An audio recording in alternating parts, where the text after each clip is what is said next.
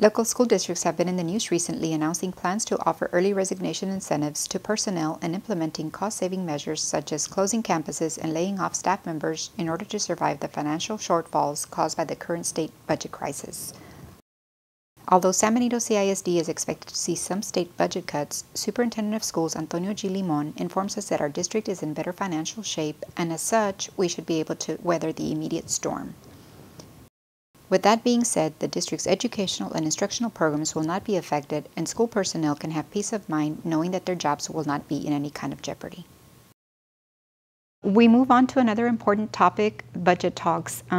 It's important for everybody. We've seen a lot of the headlines in the local media. We've seen districts up and down the valley, in some cases closing schools, taking certain measures, offering early incentive programs for employees. I'm not sure if you have updated information that you can share with us about that. I do, and I'm glad you brought that up. You know, I've been going to the campuses, speaking to different people that I'll just go to the library and I'll sit there for an hour and said, anybody has any questions, come on over, we'll talk, and trying to dispel all these rumors. You know, the newspapers are calling, what have you, when are you going to lay off people? We're not going to lay off anybody. You know, we offered contracts to all our teachers, all our paraprofessional staff. We have funding to provide employment for everyone. The educational programs are not being hurt. We're not cutting. I heard rumors we're cutting pre-K. No, we're not cutting pre-K. You're cutting K. No, we're not cutting K. You're closing down this country school. No, we're not closing down this country school. You're laying off all these people. No, we're not. We're not. All these rumors that circulate out there. I keep telling the people, our board was very proactive for 2 years. We moved money over, 13 cents over. Therefore, we are in good shape. We have some money set aside in fund balance that we can use. We're anticipating cuts anywhere from 1.6 to maybe $4 million. There's a Senate bill out there which is favorable to us, the House bill that's not. Now the Senate and the House are going to meet together. They're going to come up with a compromise. We're hoping that compromise has us losing somewhere between 1.6 and 4. We received word yesterday that the Doggett Amendment has been repealed, which is great news. That means that the districts now qualify for the $830 million that Governor Perry had refused to accept from the federal government. That was part of the stimulus money. Our share of that, I think, is close to $2 million. So if that's coming our way now, that's even going to make the situation even better for us, not only for us, but for every district in the state of Texas.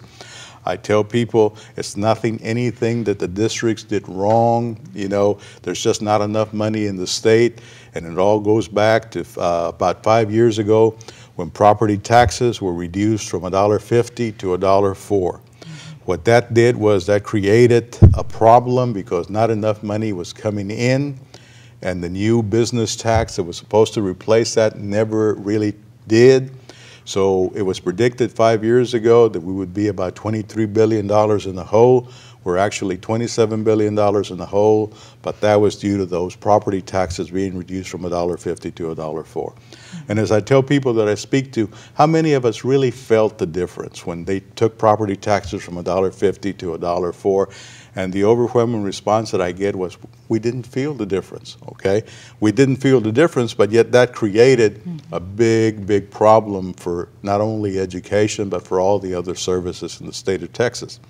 So that has to be fixed. In the next biennium, this biennium that we're going into, we'll survive it. But for the next biennium, that has to be fixed. If not, we're going to be in the same boat 2 years from now. So hopefully the legislature will find some way of fixing that so that enough money comes in to adequately fund, school districts. The funding of school districts is very inadequate in the state. The target revenue for us is like $47.48, which means $4,748 per student. There's other districts not far from here that get $6,000 or $7,000 per student. Something has to be done where everybody's playing on a level playing field. But the good news for our district is we are in better shape than most districts in the valley and in the state. We tend not to lose it as much because we were a poor district to start off with. We have put aside some money in fund balance, so we're in good shape there. Now that the Doggett Amendment has been repealed, we tend to gain close to an additional $2 million from that federal money that's coming in that can be used to supplement or even to supplant, the money that's being used now in the state money. And that's just good news for the district. So we're doing fine. There will be some minor belt tightening.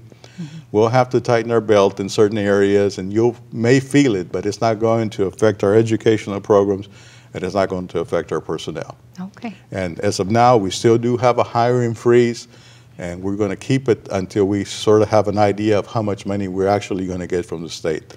But we'll be fine once the next year rolls around. And we won't know that till maybe sometime in June or during the summer months. That's about right. I don't think, hopefully the legislature, if they resolve something, we may know by the end of May. If they don't and they go into special sessions, then we're looking at June or July. All right, Mr. Limon. Well, thank you for sharing that with us. I know it's on everyone's mind, and I know that you've been at the campuses visiting with staff members because they have concerns. We're all concerned about that, but thank you for sharing that with the staff members here as well as with our community. San Benito CISD will be providing updates related to the budget on a regular basis. We hope you've enjoyed today's Budget Talks report. This is Celia Longoria reporting for KSBG TV 17.